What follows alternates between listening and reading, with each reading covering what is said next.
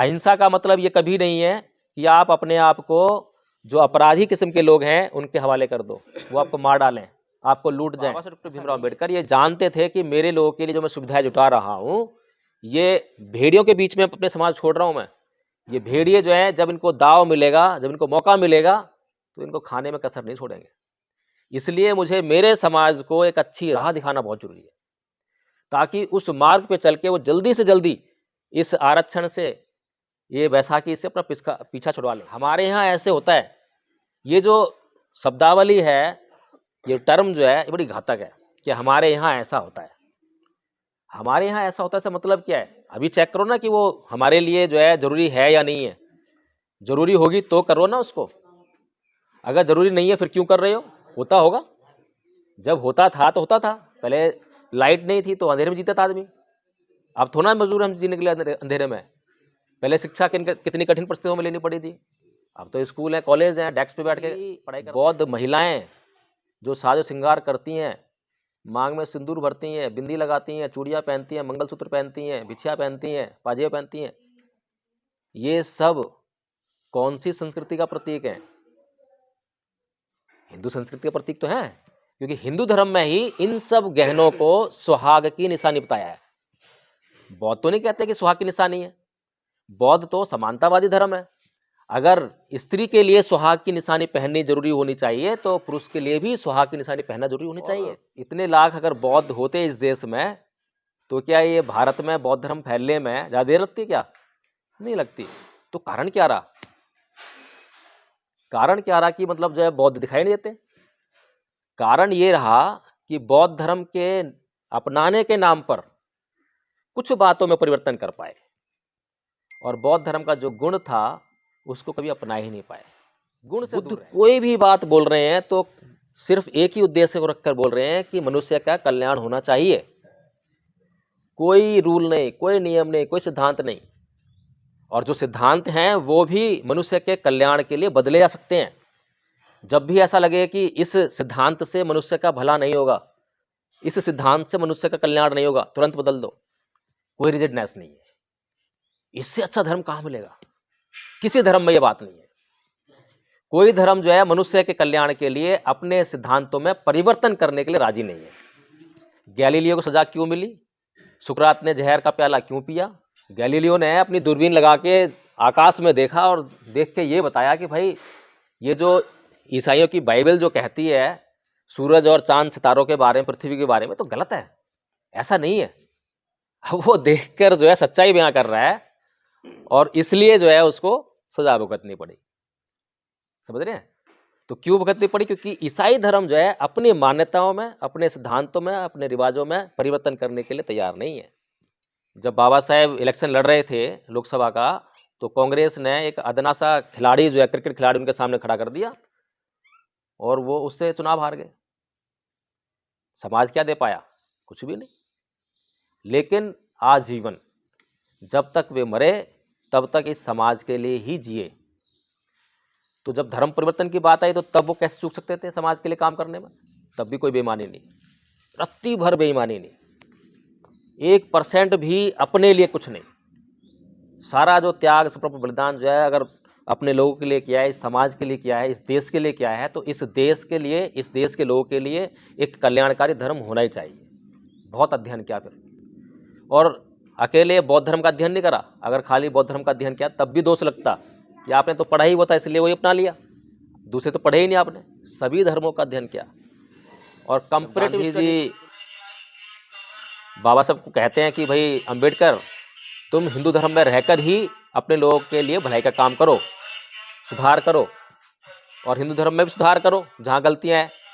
तो बाबा साहब कहते हैं कि ठीक है गांधी जी, आप सही कह रहे हैं, एक काम करते हैं, सबसे पहले जो इस की सबसे बड़ी बीमारी है वो है वर्ण व्यवस्था, उसको ख़त्म करते हैं। तो गांधी जी कहते हैं अरे अंबेडकर, ये कैसे हो सकता है? वर्ण व्यवस्था तो हिंदू धर्म की आत्मा है। हमें अच्छी तरह पता है कि जब तक हम संगठित नहीं होंगे, जब तक हमारी कोई समस्या हल होने वाली नहीं है।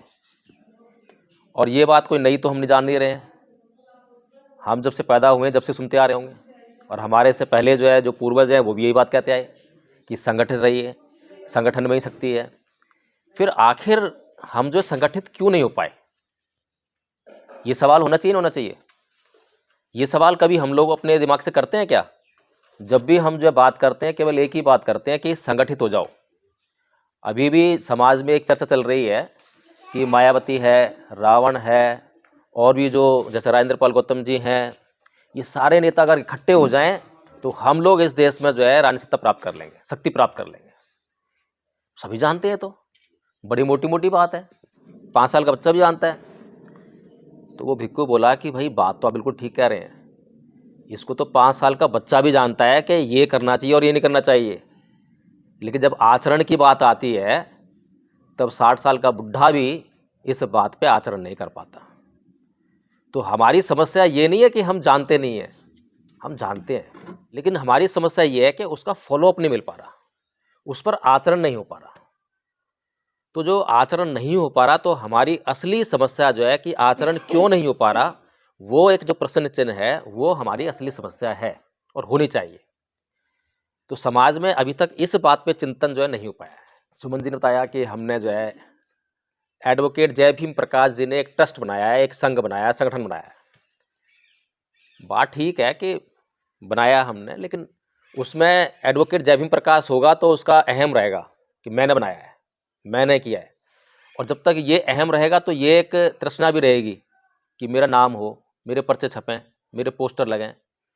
और जब ये तृष्णा रहेगी तो मैं दूसरे को जगह नहीं दूंगा, दूसरे को काम करने का मौका नहीं आएगा।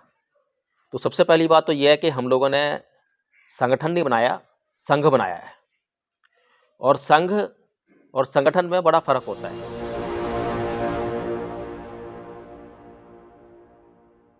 समाज को इकट्ठित करना, क्योंकि हमारे समाज में 2 संस्कृतियाँ चली हुई हैं, एक ब्राह्मणवादी और एक समतावादी। तो हमें समतावादी सबको बराबरी का, हर एक चीज़ के लिए बराबरी मिल सके उसके लिए कार्य करना है। और उसी के उद्देश्य से हमारे एडवोकेट सर ने दंपत ट्रस्ट बनाया हुआ है, और उसमें हमारा कोर्स होता है, सुबह शाम की गूगल मीट होती है, सब बंदे जुड़ते हैं, सबको अपने विचार रखते हैं, बाबा साहब के ऊपर बातचीत होती है, धम्म के ऊपर बातचीत होती है। और इसी उद्देश्य से सबको संगठित करने के लिए, समाज में जोड़ने के लिए यहाँ पर मीटिंग बुलाई गई है। इसमें मैंने सीखा, भगवान बुद्ध के ऊपर हमारा कोर्स चल रहा है, उसमें 3 साल का कोर्स, हमारा 1 साल का कोर्स हो गया है। दंपत की गाथाएँ हैं, उसमें यही बताया गया है कि जो भी हमारा अच्छा बुरा हमारे मन का वो है, अगर हम मन में अच्छा बुरा सोचते हैं वही हमारी ज़िंदगी में चलता है, और उसी को हमें अपने मन पर कंट्रोल करना है और अच्छे के लिए कुछ न कुछ करना है। इसलिए समाज को संगठित करना है, जोड़ना है, ताकि हमारे ऊपर कोई भी गलत नहीं हो सके। जी, जय भीम नमोबुद्धाय। और ये हमारे सर एडवोकेट सर जी, इन्होंने 3 साल का कोर्स है, हमारा 1 साल का कोर्स हो गया है, और उसका हमें सर्टिफिकेट 24 दिसंबर को यहाँ पर विकासपुरी प्रज्ञाबुद्ध विहार में मिला था। और हमारे वहाँ पर मुख्य अतिथि आए थे राजेंद्र पाल गौतम जी, उन्हीं के हाथों तो जी। भी दंपत ट्रस्ट के से हुआ हूँ, 1 साल का कोर्स पूरा कर लिया है। समाज के प्रति अपना समर्पण करने के लिए आपके सामने उपस्थित हुए, और अपने समाज की जो समस्याएं हैं, जो हमारा समतावादी समर संघ है, उसकी तरफ बढ़ने की कोशिश है। यही बात हमारे जय प्रकाश जी बताएंगे आपको। समस्या क्या है? समस्या को जान पाएंगे तो उसका जो है हम समाधान कर पाएंगे।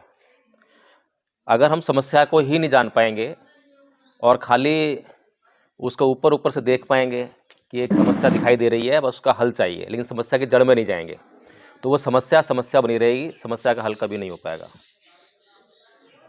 तो इसीलिए अभी अमित नाम है ना आपका, भाई साहब जो हैं, उनसे पहले भी बात हुई और रास्ते में भी बात करते आ रहे थे गाड़ी में जो है, तो बहुत अच्छी बात कही इन्होंने कि जब तक समाज संगठित नहीं होगा तब तक कुछ होने वाला नहीं है, और हमें पावर चाहिए, शक्ति चाहिए। और शक्ति जो है कई प्रकार की होती है, शरीर की भी शक्ति होती है, धन की शक्ति भी होती है, जन बल की शक्ति भी होती है, राजनीतिक शक्ति भी होती है, हर तरह की शक्ति होती है, शिक्षा की शक्ति होती है। तो ये जो शक्ति तो हमें चाहिए, ये हर कोई जानता है। और उन्होंने ये बताया भी कि शक्ति को हासिल करने के लिए संगठित होना पड़ेगा, ऐसे बोला ना आपने। हाँ, तो जो संगठन जो है, हमें अच्छी तरह पता है कि जब तक हम संगठित नहीं होंगे, जब तक हमारी कोई समस्या हल होने वाली नहीं है। और ये बात कोई नई तो हम नहीं जान नहीं रहे हैं, हम जब से पैदा हुए जब से सुनते आ रहे होंगे, और हमारे से पहले जो है जो पूर्वज हैं वो भी यही बात कहते आए कि संगठित रहिए, संगठन में ही शक्ति है। फिर आखिर हम जो संगठित क्यों नहीं हो पाए, ये सवाल होना चाहिए ना होना चाहिए? ये सवाल कभी हम लोग अपने दिमाग से करते हैं क्या? जब भी हम जो बात करते हैं केवल एक ही बात करते हैं कि संगठित हो जाओ। अभी भी समाज में एक चर्चा चल रही है कि मायावती है, रावण है, और भी जो जैसे राजेंद्र पाल गौतम जी हैं, ये सारे नेता अगर इकट्ठे हो जाएं तो हम लोग इस देश में जो है राजनीतिकता प्राप्त कर लेंगे, शक्ति प्राप्त कर लेंगे। सभी जानते हैं, तो बड़ी मोटी मोटी बात है। एक बार भगवान बुद्ध के पास जो है एक बुढ़िया गई और बोली, भगवान बुद्ध मैं आपका धम्म जानना चाहती हूँ, मैं बिल्कुल अनपढ़ हूँ, बहुत विद्वान नहीं हूँ, बहुत बारीक बारीक बातें मैं नहीं जान सकती हूँ, तो बहुत कम शब्दों में और आसानी से समझ सकूँ वो बताइए कि धम्म है क्या। तो भगवान बुद्ध बोले कि सब पापस अकर्णं कुशल संपदा सचित प्रियोदपन्नं एतं बुद्धानुशासन, कि सभी पाप कर्मों का ना करना और सभी पुण्य कर्मों यानी अच्छे कर्मों का करना, और अच्छे और बुरे कर्मों के बीच के भेद को जानने के लिए अच्छे और सच्चे चित्त का निर्माण करना, यही धम्म है। बता दिया बुढ़िया को। यही बात जो है, एक भिक्खु चीन में गया, वहाँ का भी राजा था, तो उसके दरबार में उसको बुलाया गया कि भाई कोई योग्य भिक्खु को बुला के लाओ। तो योग्य भिक्खु को बुलाया गया, उसको जो है उससे पूछा भाई धम्म क्या है, तो उसने भी ये कह दिया। तो राजा बोला कि भाई ये तो बहुत आसान सी बात है, सभी जानते हैं कि पाप कर्म का करना ना करना और पुण्य कर्म का करना, ये तो सभी जानते हैं, तो 5 साल का बच्चा भी जानता है। तो वो भिक्खु बोला कि भाई बात तो आप बिल्कुल ठीक कह रहे हैं, इसको तो 5 साल का बच्चा भी जानता है कि ये करना चाहिए और ये नहीं करना चाहिए, लेकिन जब आचरण की बात आती है तब 60 साल का बुढ़ा भी इस बात पे आचरण नहीं कर पाता। तो हमारी समस्या ये नहीं है कि हम जानते नहीं हैं, हम जानते हैं, और ऐसा भी नहीं है कि हमारे पास कुछ सामग्री नहीं है पढ़ने लिखने के लिए। बाबा साहब डॉक्टर भीमराव अम्बेडकर ने बड़ी मेहनत से बहुत सारा साहित्य लिख के रखा हुआ है, सारी बातें लिख के दी हैं कि हमें क्या क्या समस्याएं फेस करनी पड़ सकती हैं, उसका क्या समाधान होगा। लेकिन हमारी समस्या ये है कि उसका फॉलोअप नहीं मिल पा रहा, उस पर आचरण नहीं हो पा रहा। तो जो आचरण नहीं हो पा रहा, तो हमारी असली समस्या जो है कि आचरण क्यों नहीं हो पा रहा, वो एक जो प्रश्न चिन्ह है वो हमारी असली समस्या है और होनी चाहिए। तो समाज में अभी तक इस बात पे चिंतन जो है नहीं हो पाया है। अभी सुमन जी ने बताया कि हमने जो है एडवोकेट जय भीम प्रकाश जी ने एक ट्रस्ट बनाया है, एक संघ बनाया है, संगठन बनाया है। बात ठीक है कि बनाया हमने, लेकिन उसमें एडवोकेट जय भीम प्रकाश होगा तो उसका अहम रहेगा कि मैंने बनाया है, मैंने किया है। और जब तक ये अहम रहेगा तो ये एक तृष्णा भी रहेगी कि मेरा नाम हो, मेरे पर्चे छपें, मेरे पोस्टर लगें। और जब ये तृष्णा रहेगी तो मैं दूसरे को जगह नहीं दूंगा, दूसरे को काम करने का मौका नहीं आएगा। तो सबसे पहली बात तो ये है कि हम लोगों ने संगठन नहीं बनाया, संघ बनाया है। और संघ और संगठन में बड़ा फ़र्क होता है।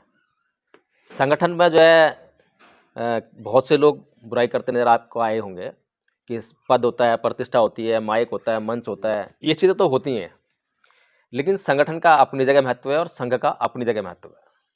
संघ का एक विस्तृत उद्देश्य होता है, बड़ा उद्देश्य होता है, और संघ के उस उद्देश्य को पूरा करने के लिए बहुत तरह के कार्य करने पड़ते हैं। जैसे कि हमने धम्मपथ ट्रस्ट बनाया, तो धम्मपथ ट्रस्ट जब बनाया तो उसमें फाइनेंस को भी देखना है कि भाई फाइनेंस कहाँ से आएगा, कैसे मैनेज करना है। फिर एक मैनेजमेंट की भाई कोई प्रोग्राम होगा तो उसको मैनेज करने की जिम्मेदारी किस पे हो। तो 2 तरह काम आ गए। तो अगर प्रोग्राम को मैनेज करना है कि प्रोग्राम कहाँ पे होगा, कैसे होगा, टेंट वाला कहाँ पे से लाना है, तो ये व्यवस्था देखने के लिए अगर जो संस्थापक है धम्मपथ ट्रस्ट का वही सारा काम करे, फाइनेंस है उसको भी देखने का काम वही करे, तो जो धम्मपथ ट्रस्ट का उद्देश्य कभी पूरा नहीं हो पाएगा। इसीलिए क्या करा कि उस संघ ने एक विशेष कार्य के लिए एक विशेष संगठन बना दिया, और संगठन बना के फाइनेंस कमेटी अलग बना दी कि भाई तुम्हारा काम है फाइनेंस देखना, और संघ के अंदर जितने भी लोग हैं आप जिसको आदेश करोगे वो एक कार्यकर्ता की भांति आपके आदेश का पालन करेगा। संस्थापक भी उसमें शामिल है। संस्थापक को भी आपको आदेश करना होगा, आदेश करोगे तो वो भी कार्यकर्ता की तरह काम करेगा। इसी तरह से मैनेजमेंट कमेटी बना दी, प्रोग्राम मैनेजमेंट कमेटी, कि जब भी कोई प्रोग्राम होगा तो उसकी मैनेजमेंट की सारी जिम्मेदारी जो है आपकी होगी। कितनी कुर्सियाँ लगनी है, कितने आदमी आ रहे हैं, क्या खाना करना है, कैसे करना है, सारा जिम्मेदारी आपकी होगी। तो ये हुए संगठन। संगठन जो है संघ के उस उद्देश्य को पूरा करने के लिए बनाए जाते हैं। संगठन में बुराई कब पैदा हो जाती है? जब उसमें जो पद प्रतिष्ठा का मामला आ जाता है, अहम आ जाता है। और ये अहम जो है, यही सबसे बड़ी समस्या है कि हम संगठित नहीं हो पाते। भगवान बुद्ध ने हमें बहुत ही शानदार, बहुत सुंदर धर्म दिया, और परम पूज्य बाबा साहेब डॉक्टर भीमराव अंबेडकर ने उसकी तरफ इशारा भी किया। और जब परम पूज्य बाबा साहेब डॉक्टर अंबेडकर ने 14 अक्टूबर 1956 को धर्म परिवर्तन किया, तो उनके भीतर हमारा विश्वास था, आस्था थी, श्रद्धा थी बाबा साहेब के अंदर, कि बाबा साहेब हमारे मसीहा हैं, दलितों के मसीहा हैं, हमारे लिए उन्होंने इतना त्याग किया है, समर्पण किया है।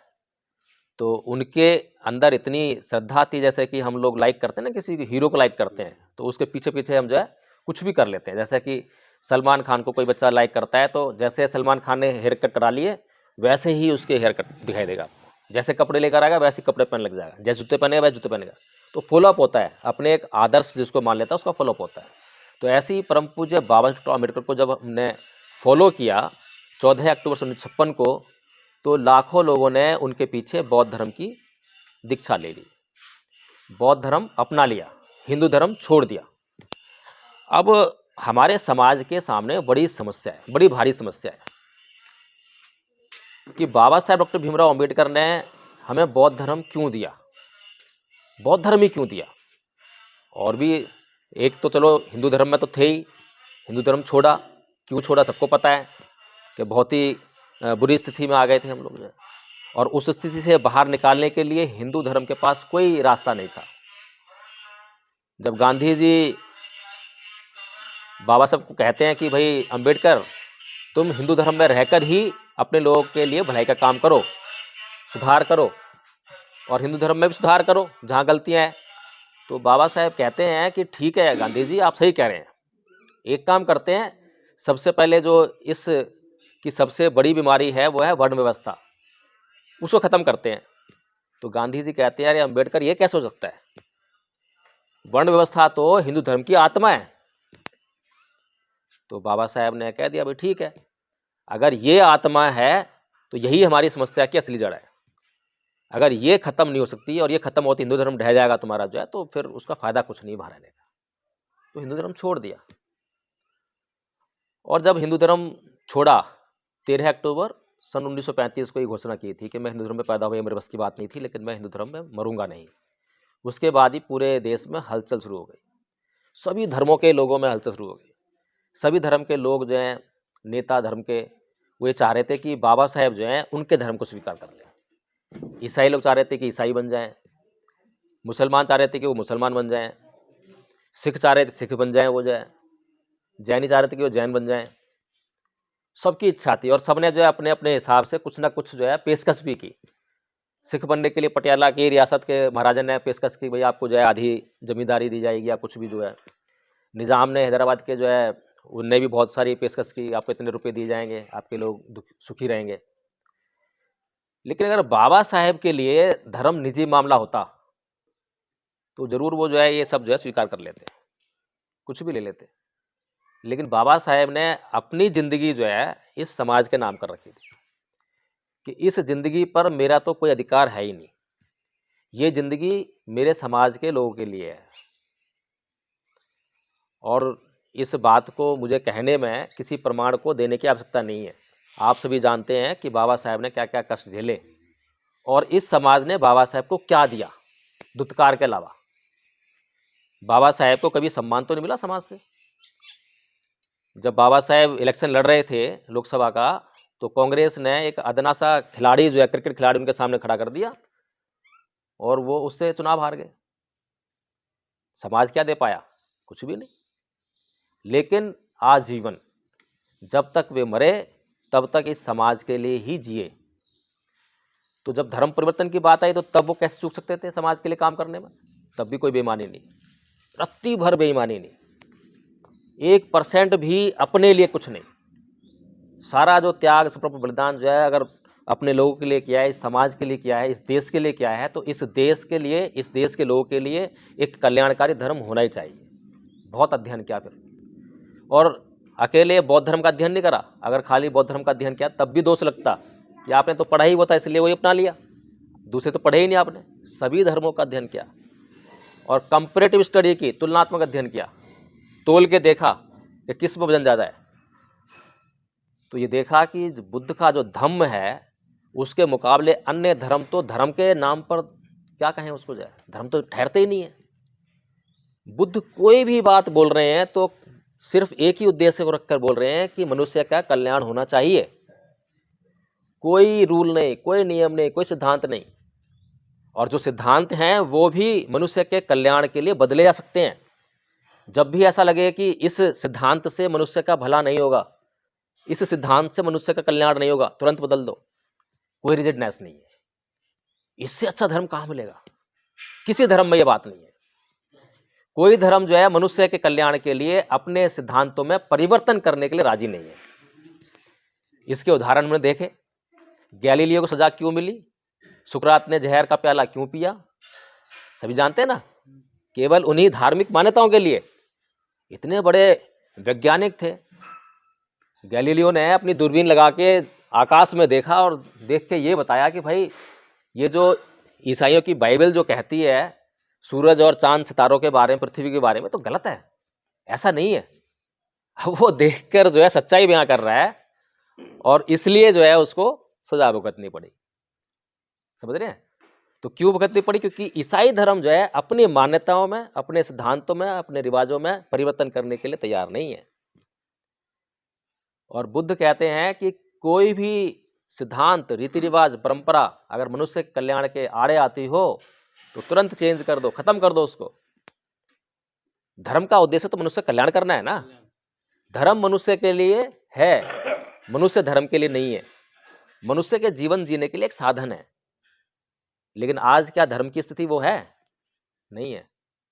तो इसी गुण को देखते हुए बाबा साहब डॉक्टर भीमराव अम्बेडकर ने बुद्ध की शरण ग्रहण की और अपने लोगों से भी आह्वान किया, और उनके आह्वान पर लाखों लोगों ने उसी समय जो है बौद्ध धर्म अपना लिया।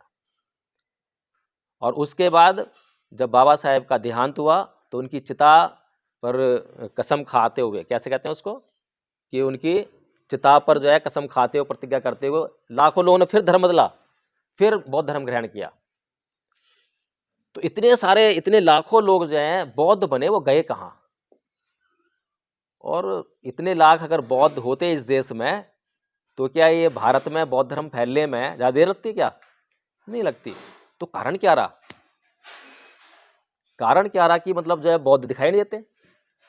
कारण ये रहा कि बौद्ध धर्म के अपनाने के नाम पर कुछ बातों में परिवर्तन कर पाए और बौद्ध धर्म का जो गुण था उसको कभी अपना ही नहीं पाए, गुण से दूर रह गए। क्या कर लिया? किसी भी धर्म परिवर्तन में अगर हम देखें तो 3 महत्वपूर्ण स्टेप्स होते हैं या 3 बातों की आवश्यकता होती है। पहला होता है प्रतीकों का परिवर्तन। प्रतीक होते हैं जैसे कि मूर्तियाँ, तस्वीरें, कपड़े, मंदिर, मस्जिद, ये प्रतीक होते हैं। आप जब मस्जिद देखते हो तो क्या लगता है आपको कि ये मुसलमानों का स्थान है।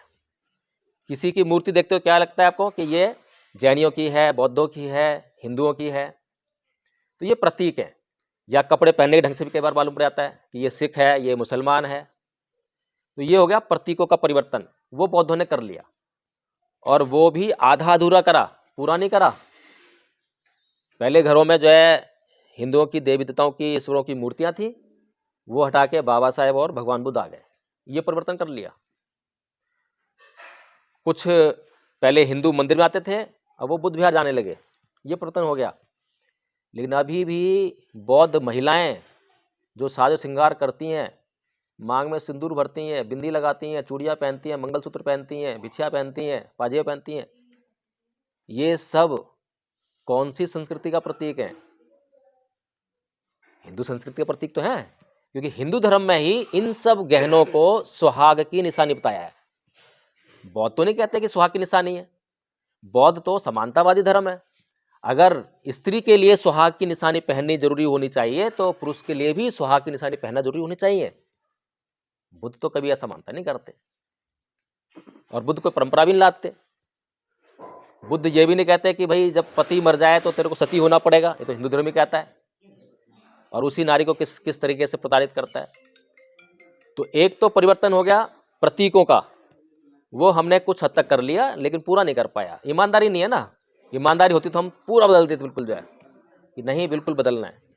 दूसरा परिवर्तन होता है रीति रिवाज, परंपराओं और तीज त्योहारों का परिवर्तन। जो हमारे उत्सव हैं, त्योहार हैं, उनको बदल देना। तो हमने जो है तीज त्योहार और वो तो छोड़ दिए, दिवाली मनाते थे छोड़ दी, होली मनाते छोड़ दी, रक्षाबंधन छोड़ दिया, वो भी आधे अधूरे हैं अभी भी। मतलब कुछ बौद्ध भी जो है अभी तक फॉलो कर लेते हैं, अरे भाई वो बेटी नहीं मान रही है, वो बहन नहीं मान रही है, ये कह के जो है अभी भी घालमल चलता रहता है। हाँ, रीति रिवाजों में भी आप घालमाल देखेंगे कि रीति रिवाज दिमाग में बसे हुए हैं। कोई भी काम करने जाओ तो तुरंत रीति रिवाज जो दिमाग में बसा हुआ पहले निकल के आता है, ये तो ऐसे होता है, ये तो ऐसे होता है, हमारे यहाँ तो ऐसे होता है, हमारे यहाँ ऐसे होता है। ये जो शब्दावली है, ये टर्म जो है ये बड़ी घातक है कि हमारे यहाँ ऐसा होता है। हमारे यहाँ ऐसा होता है, इसका मतलब क्या है? अभी चेक करो ना कि वो हमारे लिए जो है जरूरी है या नहीं है। जरूरी होगी तो करो ना उसको, अगर जरूरी नहीं है फिर क्यों कर रहे हो? होता होगा, जब होता था तो होता था। पहले लाइट नहीं थी तो अंधेरे में जीता था आदमी, अब थोड़ा मजबूर हम जीने के लिए अंधेरे में। पहले शिक्षा कितनी कठिन परिस्थितियों में लेनी पड़ी थी, अब तो स्कूल है, कॉलेज हैं, डेस्क पे बैठ के पढ़ाई करते हैं। तो ये जो रीति रिवाज, परंपराएं और तीज त्योहारों का परिवर्तन, मैं ये बताने का प्रयास कर रहा हूँ कि हमने कितना परिवर्तन करना चाहिए था और कितना परिवर्तन हो पाया। फिर तीसरा और सबसे अहम परिवर्तन जो है वो होता है चित्त का परिवर्तन, मन का परिवर्तन। इस पर तो बिल्कुल भी काम नहीं हुआ। और एकमात्र अगर धर्म परिवर्तन के लिए मैं कहूँ कि केवल बौद्ध धर्म में ये डिमांड रहती है कि आपको चित्त की शुद्धि करनी है। सिर्फ बौद्ध धर्म ही आपको जो ये कहता है कि आपको चित्त को बिल्कुल शुद्ध करना है, चित्त की शुद्धि होने पर ही आपकी मुक्ति है। बाकी किसी धर्म में इतनी अहमियत चित्त को नहीं मिलती है।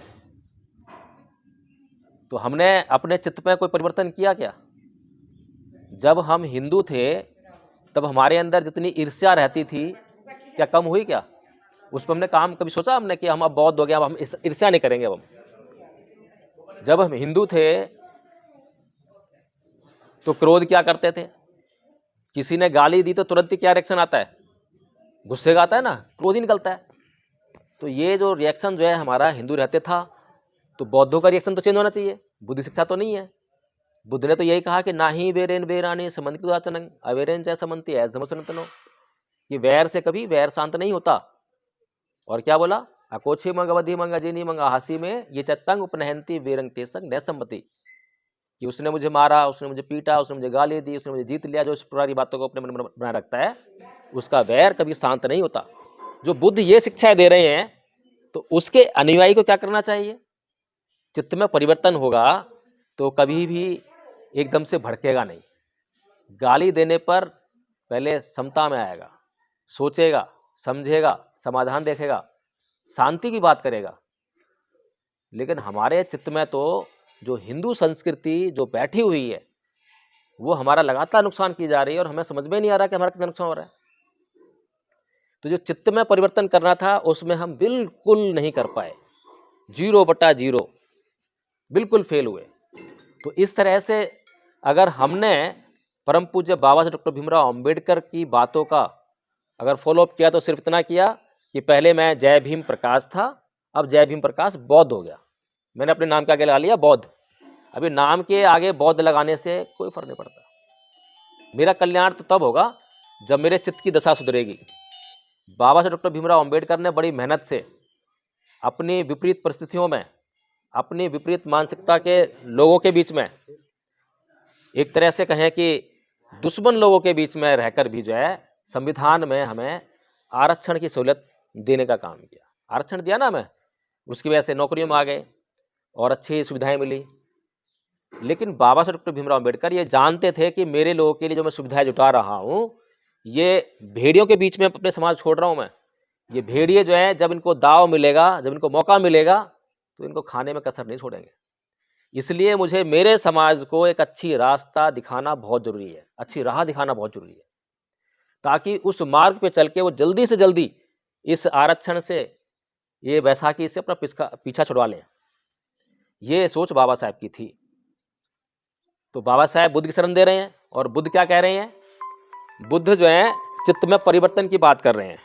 बुद्ध जो है बात कर रहे हैं कि जो अगर हमारा चित्त शुद्ध हो गया तो किसी बैसाखी की जरूरत नहीं है। बुद्ध कहते हैं कि अपमादो अमतपदंग पमादो मचनुपदंग अपमता न मीयंती ये पमता यथा मता। यानी कि जो प्रमाद है वो मृत्यु पद के समान है, और अप्रमाद वो अमृत पद के समान है।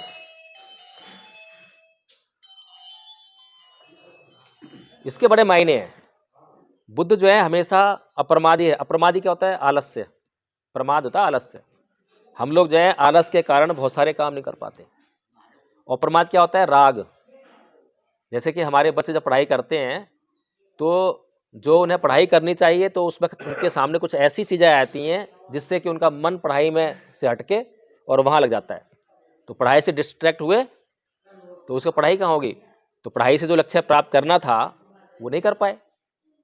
अब ऐसा नहीं है कि हमारे लोगों के पास दिमाग नहीं है, सब कुछ है, लेकिन सहूलतें नहीं थी हमारे पास, अब सहूलतें भी आ रही हैं।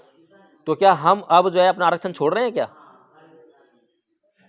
जब हमारे पास सहूलतें नहीं थी, अच्छे मकान नहीं थे, लाइट नहीं थी, कूलर नहीं था, फ्रिज नहीं थे, एसी नहीं थे, तब तो समझ में आती थी कि भाई कष्ट हो रहा है।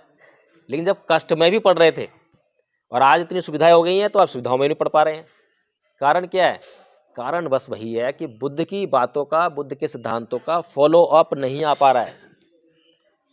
बुद्ध कहते हैं कि जीवन में दुख को ढूंढो, और हम कौन संस्कृति को मानने वाले हैं जो कहती है कि जीवन में सुख को ढूंढो। जब हम जीवन में सुख को ढूंढेंगे तो सुख को ढूंढ के करेंगे क्या? क्या करेंगे जी? सुख को ढूंढ के जैसे सुख आएगा उपभोग करेंगे। सुख का तो यही है। सुख आया, टीवी चल रहा है, आगे फिल्म चल रही है, फिल्म स्टार्ट होते ही बस उसको लग गए देखने, घंटों लग गए उसमें। यानी कि जीवन में जब हम सुख को ढूंढते हैं तो सुख के आते ही हम उपभोग करते हैं, और जैसे ही सुख का उपभोग कर लिया फिर खत्म सुख। सुख खत्म, फिर क्या रह गया? फिर आएगा दुख। जिसने अपनी पूरी ज़िंदगी टीवी देखे गुजार दी हो, या नाच गाने में गुजार दी हो, मनोरंजन गुजार दी हो, और जहाँ पे उसे काम करना था वहाँ पे काम करा ही नहीं, तो फिर ज़िंदगी में क्या आएगा? जो सुख का तो उपभोग कर लिया उसने, अब सुख के बाद दुखी आना है। तो बुद्ध तो ये कहते हैं कि अपने जीवन में देखो दुख, दुख को ढूंढो। जिस जिस एरिया में दुख है, गरीबी एक दुख है, तो दुख को पहचान लो। जब तक गरीबी दूर ना हो, जब तक जो है चैन से बैठो। गरीबी तुम्हारी दूर हो गई तो गरीबी दूर होते ही दुख है, दुख दूर होते ही सुख आएगा। तो सुख को प्राप्त करने का तरीका तो ये है। बुद्ध ने बिल्कुल सटीक मार्ग बताया, और बाबा साहब ने बिल्कुल सटीक हमें राह दिखाई, बुद्ध की राह। तो ये ब्रीफिंग थी कि कुल मिलाकर जो है हमारा जीवन कैसा चल रहा है और कैसा चलना चाहिए। तो धम्मपथ ट्रस्ट जो है एक संघ है, और ये यही काम कर रहा है कि जो बुद्ध की शिक्षाएं हैं, बुद्ध की इतनी महत्वपूर्ण शिक्षाएं जो हैं, इससे जो भारत का एक एक नागरिक, पूरे संसार का एक एक व्यक्ति इससे लाभान्वित होना चाहिए। हर किसी का कल्याण होना चाहिए। अगर बुद्ध की शिक्षा अहिंसा की है और मैंने तो धारण कर ली, मैं अहिंसात्मक हो गया, लेकिन मेरा पड़ोसी हिंसात्मक है, ये वाला भी हिंसात्मक है, ये वाला भी, ये वाली, और सबके पास जो है तलवारें हैं, भाले हैं, तो क्या मैं सुखी रह सकता हूँ? क्या नहीं रह सकता। इसलिए मेरे खाली बौद्ध होने से काम नहीं चलेगा, मेरे खाली बुद्ध की शिक्षाओं को ग्रहण करने से काम नहीं चलेगा। मुझे उन शिक्षाओं को अपने पड़ोसी को बताना पड़ेगा, उसको भी बोलना पड़ेगा भाई अहिंसा अपना, तू भी सुखी रहे, मैं भी सुखी रहूँ। तुझे कभी कष्ट हो तो बता दियो, मैं तेरे पास हाजिर हो जाऊँगा, जो मेरे पास है लेके। सम्राट अशोक ने कलिंग युद्ध के बाद जो है हथियार त्याग दिए, तो उसके बाद की उसकी जो सीमाएं थी राज्य की, जो है खतरे में आ गई थी। क्या बताइए? हिंदू तो ये कहते हैं, हिंदू आरोप लगाते हैं ना कि बुद्ध की अहिंसा के कारण ये देश जो है गुलाम हो गया। अरे अगर ये देश बुद्ध की शिक्षा के कारण गुलाम हुआ, अहिंसा के कारण गुलाम हुआ, तो ये बताओ कि अशोक ने जब कलिंग युद्ध के बाद हथियार त्याग दिए तो क्या उसकी जो सीमाएं थीं असुरक्षित हुई? किसी ने उस पर आक्रमण किया? लेकिन उसकी सीमाएं असुरक्षित नहीं हुई, बल्कि उसकी सीमाओं का विस्तार हो गया। पहला एकमात्र राजा है पूरी दुनिया में पहला एकमात्र सम्राट है जिसने हथियार त्यागने के बाद भी अहिंसा से अपने राज्य का विस्तार किया। कैसे किया? और सीमाएं हैं क्या? सीमाएं किस लिए हैं? सीमा का काम क्या है? सीमा का काम यह है कि ये मेरी संपत्ति है, इसमें जो भी उगेगा, जो भी मिलेगा वो मेरा है, वो तेरी संपत्ति है, उसमें जो भी उगेगा, जो भी मिलेगा वो तेरा है। ये सीमाएं हैं। लेकिन अगर मैं अपनी सीमा के भीतर जितना भी मेरे पास उत्पन्न हो रहा है और मैं देखूं कि सामने पड़ोसी को मेरे पास जो उत्पन्न हुआ उसकी ज़रूरत है और उसको कहने से पहले ही मैं लेके खा जाऊँ कि भाई तेरी ज़रूरत है ले, तो क्या सीमा को मतलब रह गया? सम्राट अशोक ने इस तरह से जो है कितना लंबा चौड़ा अपना राज्य विस्तार किया। ये अहिंसा की ताकत थी जो आज तक इतना लंबा चौड़ा राज्य किसी भी सम्राट के पास नहीं है। सिकंदर महान की कहानियां इस तरह से पढ़ाई जाती हैं, लेकिन आप मूल्यांकन कर देखिए कि सबसे महान सम्राट कौन रहा है, उसने कितने देशों को जीता और सम्राट अशोक ने कितना बड़ा साम्राज्य खड़ा किया। तो हमें इतना गुणकारी, इतना महान धर्म जो है परम पूज्य बाबा साहब डॉक्टर भीमराव अंबेडकर ने दिया, तो क्या हम उसका पालन भी नहीं कर सकते? खुद पालन करें और दूसरों को भी बताएं। और सबसे पहले हम जो है, ऐसा नहीं कहा है बुद्ध ने कि बिल्कुल ही अहिंसात्मक हो जाओ। अगर ऐसा कहा होता तो अशोक खतरे में आ गया होता। अहिंसा का मतलब ये कभी नहीं है कि आप अपने आप को जो अपराधी किस्म के लोग हैं उनके हवाले कर दो, वो आपको मार डालें, आपको लूट जाएं। ऐसा नहीं है। न्याय की बात होनी चाहिए। अगर आपके सामने कोई ऐसा व्यक्ति है जो आपकी हत्या कर सकता है, जिसका चित्त बिल्कुल ही सावधान नहीं है, तो उससे बचने के लिए अगर आप हत्या करते हो, उससे बचने के लिए सिद्धांत में न्याय होना चाहिए। आप अकारण उसको हत्या नहीं चलाओगे उसके ऊपर, लेकिन उससे बचने के लिए या किसी को बचाने के लिए आप उस पर हिंसा का प्रयोग कर रहे हो, तो वो हिंसा जो है हिंसा नहीं रहती है, वो हिंसा अहिंसा होती है, वो न्यायिक हिंसा है।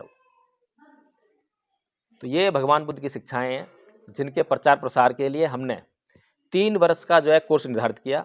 पहले वर्ष का कोर्स बहुत ही मामूली रखा है, उसमें हमने जैसे प्राइमरी एजुकेशन होती है बच्चों की, उस तरह से बनाया है उसको, और इतना आसान है कि कोई भी कर सकता है। हमारे साथ में 2 आचार्य बैठे हुए हैं। हमने आचार्य का है, वैसे पाली में उपाध्याय कहते हैं, जो पाली का शब्द है उपाध्याय, तो उसका हिंदी जो अनुवाद है वो है उपाध्याय।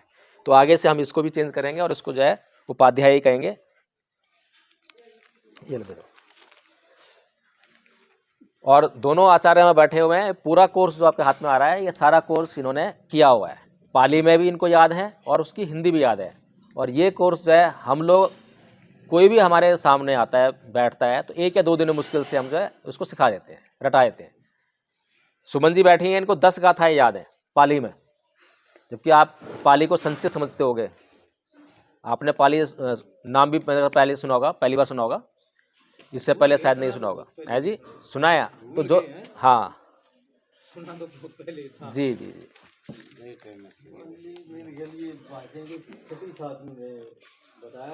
हाँ जी हाँ जी।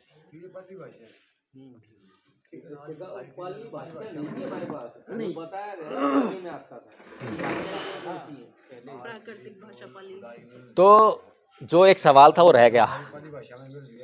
हाँ जी भाई साहब, 1708 का कितने संस्कृत का? जो एक सवाल था ना आपका, जो है संगठन वाला, जो है देखिए संगठन क्यों नहीं बन पा रहा है, क्योंकि हमारे चित्त में विकार हैं, काम क्रोध मोह लोभ द्वेष तृष्णा ईर्ष्या, ये सारे जो है विकार होने की वजह से। अब ईर्ष्या है, मैं चाहता हूँ कि मैं नेता बन जाऊँ, वो चाहता है कि वो नेता बन जाए, वो चाहता है कि उसका नाम हो, मैं चाहता हूँ मेरा नाम हो। जब तक ये नेता बनना, हाँ ये कमी है कि नेता ही नहीं बनना चाहती जी, जब तक नेता नहीं बने कुछ होगा नहीं नेता बने, लेकिन नेता बने नेतृत्व करने के लिए। नेतृत्व तो है नहीं, नेतृत्व तो है नहीं, खाली सिर्फ नाम चमकाने के लिए। ईगो है ना, अपने ईगो को सेटिस्फाई करने के लिए जो काम होता है। अगर एक नेता अपने आप को ये बोले कि मैं एक दिन में ही नेता बनना चाहूँ, हाँ उसी से ही रहेगी। बिल्कुल, कि अभी मेरे को सत्ता चाहिए, अभी सत्ता कैसे मिल जाएगी? सब बाबा साहब नहीं मानना है, काशीराम नहीं मानना है।